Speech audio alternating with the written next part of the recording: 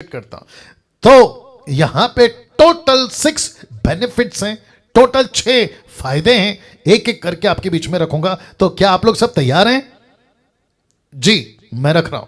सबसे पहला लिखा है, पवित्र आत्मा का सबसे पहला बेनिफिट यह है, वो आपका रिश्ता परमेश्वर से मजबूत करवाता रहता है। रिपीट करता हूं, करवाता रहता है। Not one day activities, not एक दिन का काम है, ये प्रतिदिन करता रहता है, करता रहता है, करवाता रहता है, करवाता रहता है। कैसे पास्टर डैनियल, कैसे?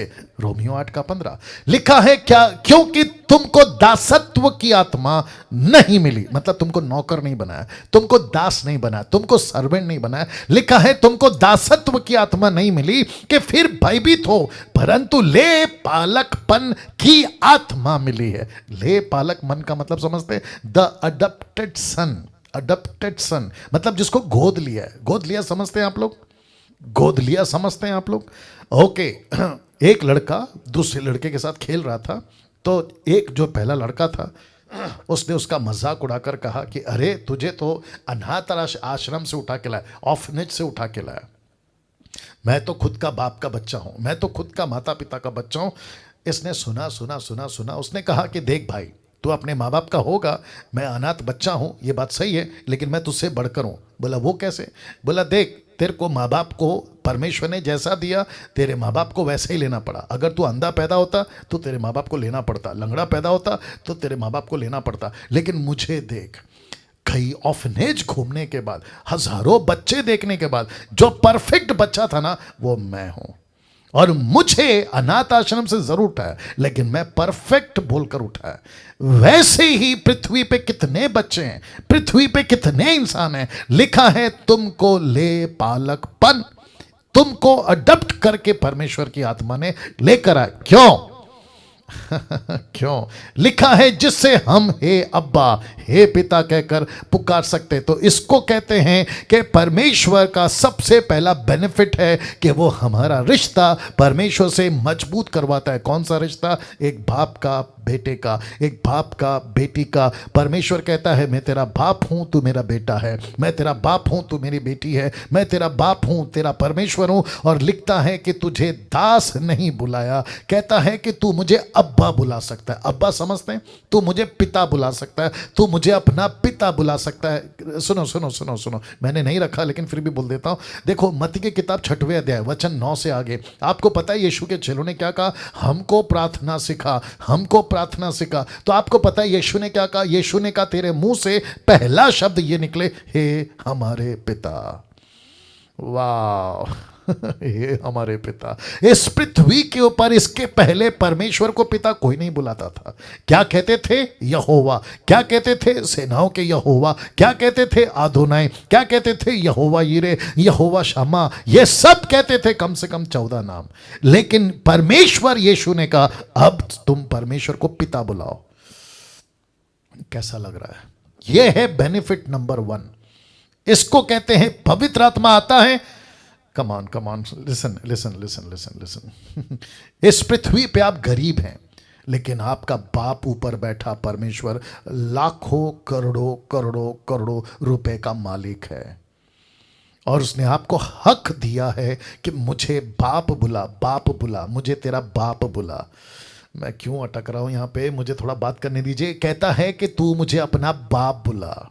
कुछ लोग कहते हैं मेरा बाप ने मुझे धोखा दिया, मेरा बाप मुझे छोड़ के चला गया, मैं अनाथ बच्चा पैदा हुआ, मेरे को कोई नहीं पूछता। लेकिन आपको बता दूं, ऊपर बैठा आपका एक बाप है, ऊपर बैठा आपका एक बाप है। और ये ऐसा बाप है, लिसन लिसन लिसन, ये भी अच्छा लगेगा। ये एक ऐसा बाप है, इसने आपसे कब प्यार किया पता है? जब आप इसके विरुद्ध में थे, जब आप इसके विरुद्ध में चल रहे थे, जब आप इसके विरुद्ध में पूरा क्या हो रहा है, क्या हो रहा है? लिसन लिसन, सुनो सुनो।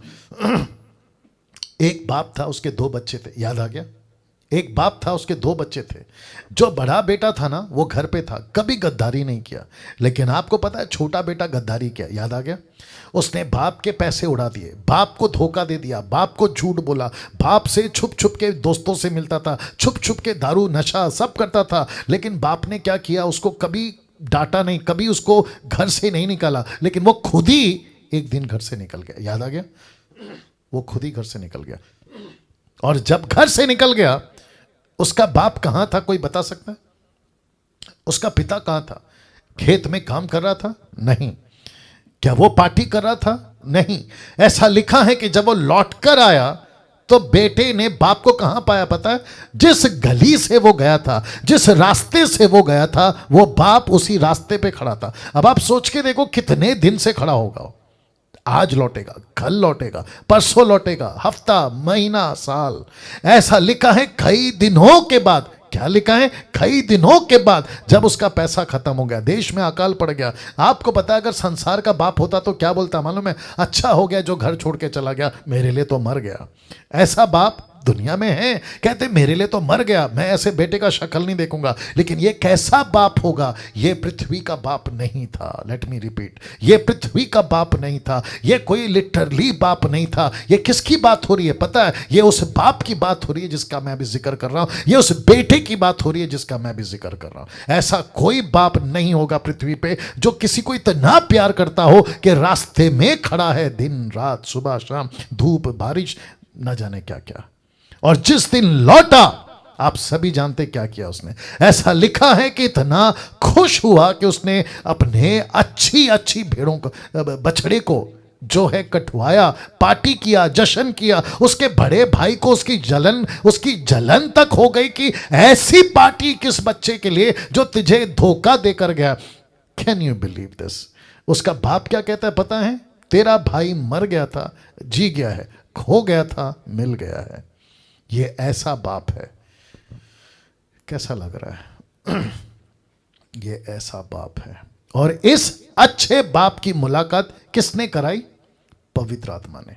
पवित्र आत्मा ने। आपके अंदर प्रेम कौन डालता है? रोमियो 5:5। उषा शर्मा जी, रोमियो 5:5 याद आ गया आपको? या आपके अंदर प्रेम कौन डालता है? पवित्र आत्मा। किसके प्रति? परमेश्वर के प्रति। किसके प्रति? एक दूसरे के प्रति। कहता है, बहुत ध्यान से सुनिएगा, कहता है कि तुम संसार में रहकर ऐसा चरित्र, ऐसा स्वभाव बदल गया था, बिगड़ गया था कि तुम बाप से प्यार नहीं कर सकते। तो पवित्र आत्मा कहता है मैं कराऊंगा प्यार।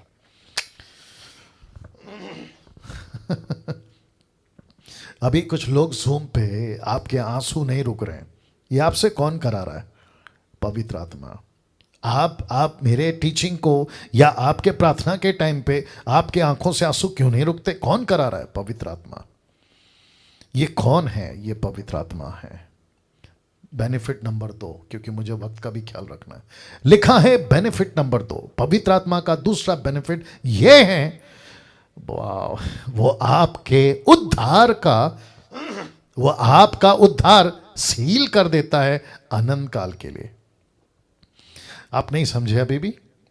आपका जो सैल्वेशन है ना, पवित्र आत्मा आके उसको क्या कर देता है? सील कर देता है, छापा, परफेक्ट। और वो भी कब तक के लिए? अनंत काल के लिए। इस पृथ्वी पे ऐसा कोई माइकेलाल, ऐसी कोई ताकत, ऐसा कोई फरिश्ता, ऐसा कोई डेविल, डीमन, सैटन नहीं है जो आपका सैल्वेशन आपसे छीन सके। नहीं कर सकता। आप लोग ताली नहीं बजा रहे, मुझे नहीं पता क्यों। हो सकता है कि आप लोग ये सुन के हजम नहीं कर पा रहे, मुझे नहीं मालूम। लेकिन पृथ्वी पे कोई ताकत नहीं है जो आपके सैल्वेशन को आपसे छीन सके, क्योंकि वो सील है। सील समझते हैं? सील हो गया। आपको मैं एग्जांपल देता हूं। सरकार कहती है आज से ये कंपनी बंद, इसके ऊपर सील लगा दो। उसको कोई तोड़ सकता है? सोच के देखिए। उसको तोड़ने के लिए कहां से लाना है ऑर्डर पता है? सुप्रीम कोर्ट से। सुप्रीम कोर्ट से। माय गुडनेस, सुप्रीम कोर्ट पे जाना, वकील को पकड़ना, जज को बात करना, महीनों सालों पता नहीं कितने दिन, तब जाकर जज कहता है कि ओके इसका सील ओपन करो, तब जाकर वो टूटता है ताला। लेकिन यहाँ पे कौन है? सुप्रीम कोर्ट नहीं है। यहाँ पे कौन है? पृथ्वी का जज नहीं है। यहाँ पे राजाओं का राजा, प्रभुओं का प्रभु, सृष्टि का नहीं, अनंत काल का पिता की बात कर रहा हूं। वो कहता है मैंने सील लगा दिया। आपके ऊपर किसका सील है? अपना हाथ लीजिए, खुद को शाबाशी दी। आपके ऊपर किसका सील है? किसी मनुष्य का नहीं, पवित्र आत्मा का सील है। Can you believe this? कुछ लोग कहते हैं आदमी मर जाता है तो कीड़ा बनेगा, आदमी मर जाता है तो जानवर बनेगा, आदमी मर जाता है तो कुत्ता बनेगा, आदमी मर जाता है तो पक्षी बनेगा। परमेश्वर कहता है तू जिस दिन मर जाएगा मेरा बेटा बेटी बनेगा। कम ऑन तू मेरा बेटा बेटी बनेगा। ये सील है। कहां लिखा है पास्टर डैनियल? अभी बता रहा हूं, इफिसियों 1:13 लिखा है, उसी में लिखा है, उसी में तुम पर भी जब तुमने सत्य का वचन सुना जो तुम्हारे उद्धार का सुसमाचार है, लिखा है जिस पर तुमने विश्वास किया, प्रतिज्ञा की हुई, प्रतिज्ञा किए हुए पवित्र आत्मा की छाप लगी। मैं कुछ सेकंड रख रहा हूं। आपके ऊपर किसकी छाप है? पवित्र आत्मा की। इसका मतलब क्या है? बहुत ध्यान से सुनना। आप जैसे ही मर गए, आज नहीं तो कल देर सवेर, आपकी जो स्पिरिट है ना, उसको पिता के पास में कौन लेके जाके खड़ा करेगा? पवित्र आत्मा। क्या कहेगा? ये कम ऑन, ये वो व्यक्ति है जिसके ऊपर मैंने मोहर लगाई है। ये रहा आपका प्रोडक्ट, ये रहा आपका बेटा, ये रहा आपकी बेटी, ये रहा आपका संतान। ले लो इसको स्वीकार करो, इसको स्वीकार करो। पिता क्यों स्वीकार करेगा? क्योंकि उसके ऊपर पवित्र आत्मा की छाप है। कम ऑन, वाह। अब इसको देखो उसी कनेक्शन में 4:30 लिखा है, परमेश्वर के पवित्र आत्मा को शौकित मत करो, जो कि आप नहीं करोगे। क्यों नहीं करोगे? क्योंकि आपने अपनी स्पिरिचुअल लाइफ को डेवलप किया और आपके अंदर परमेश्वर का वचन का बीज है, तो आप शौकित नहीं करोगे। लेकिन उसका सेकंड पार्ट देखो, जिससे तुम पर छुटकारे के दिन। कौन सा दिन? छुटकारे के दिन। कौन सा छुटकारा? जब पृथ्वी पर से तुम्हारी आत्मा स्वर्ग में जाएगी, तो वहां पे पिता पूछेगा ये कौन है? तो पवित्र आत्मा कहेगा, ओह ये तो मेरा आदमी है, ये तो मेरा प्रोडक्ट है, इसके ऊपर तो मेरी सील है, ये तो मेरा आदमी है। तो परमेश्वर उस दिन, छुटकारे के दिन, आप पे जो छाप की गई है वो पवित्र आत्मा आपके साथ होगा। कैसा लग रहा है? कैसा लग रहा है?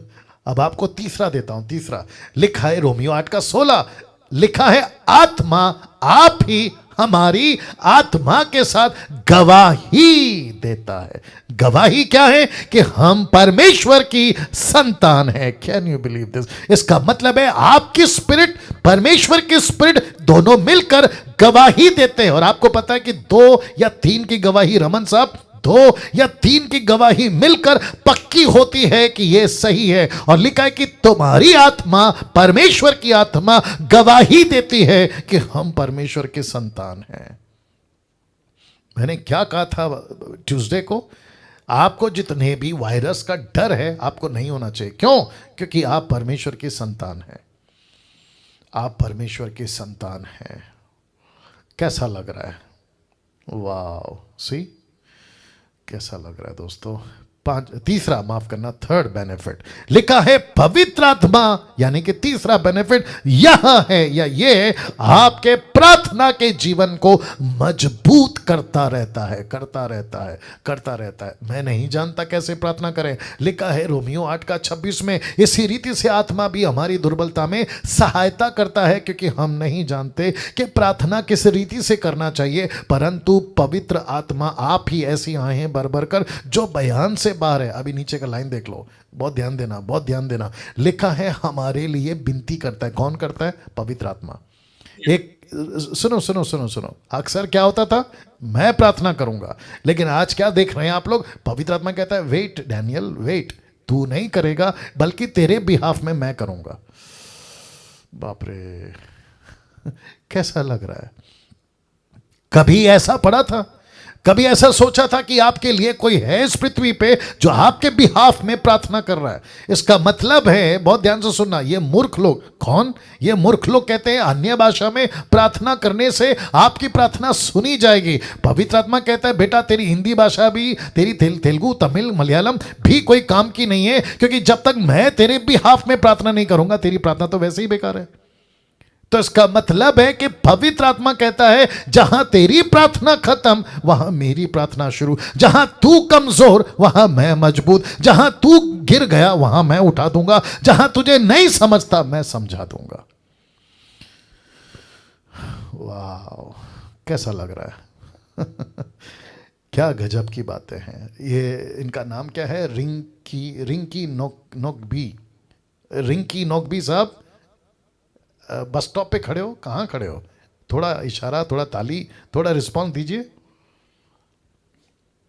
क्या बात है, वंडरफुल जीसस। तो इसका मतलब है कि पवित्र आत्मा आपके लिए प्रार्थना करता है, बिलक बिलक कर, विद द ग्रोनिंग हार्ट, भिलक भिलक कर आपके लिए, सिसक सिसक कर, आहें भर भर कर। एक बच्चे को कैसे माँ की उस दूध की, उस ब्रेड की, उस रोटी की, उस खाने की तड़प होती है ना, वैसे ही पवित्र आत्मा कहता है मैं तेरे लिए प्रार्थना करता हूं। Can you believe this?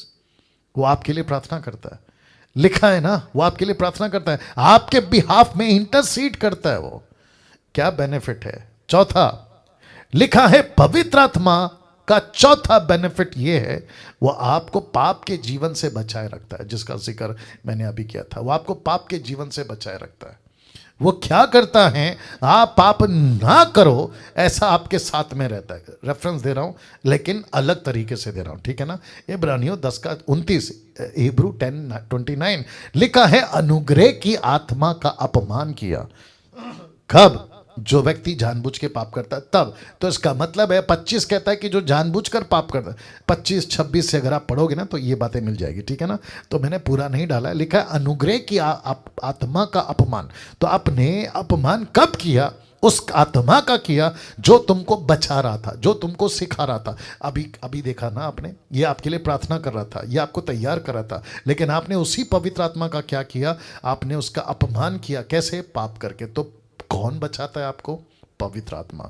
आप पाप ना करो, कौन बचाता है? पवित्र आत्मा। इसी इब्रानियों का 6:4, क्योंकि जिन्होंने एक बार ज्योति पाई, जो स्वर्गीय वरदानों का स्वाद चख चुके हैं, अब इसको देखो, जो पवित्र आत्मा के भागी हो गए हैं।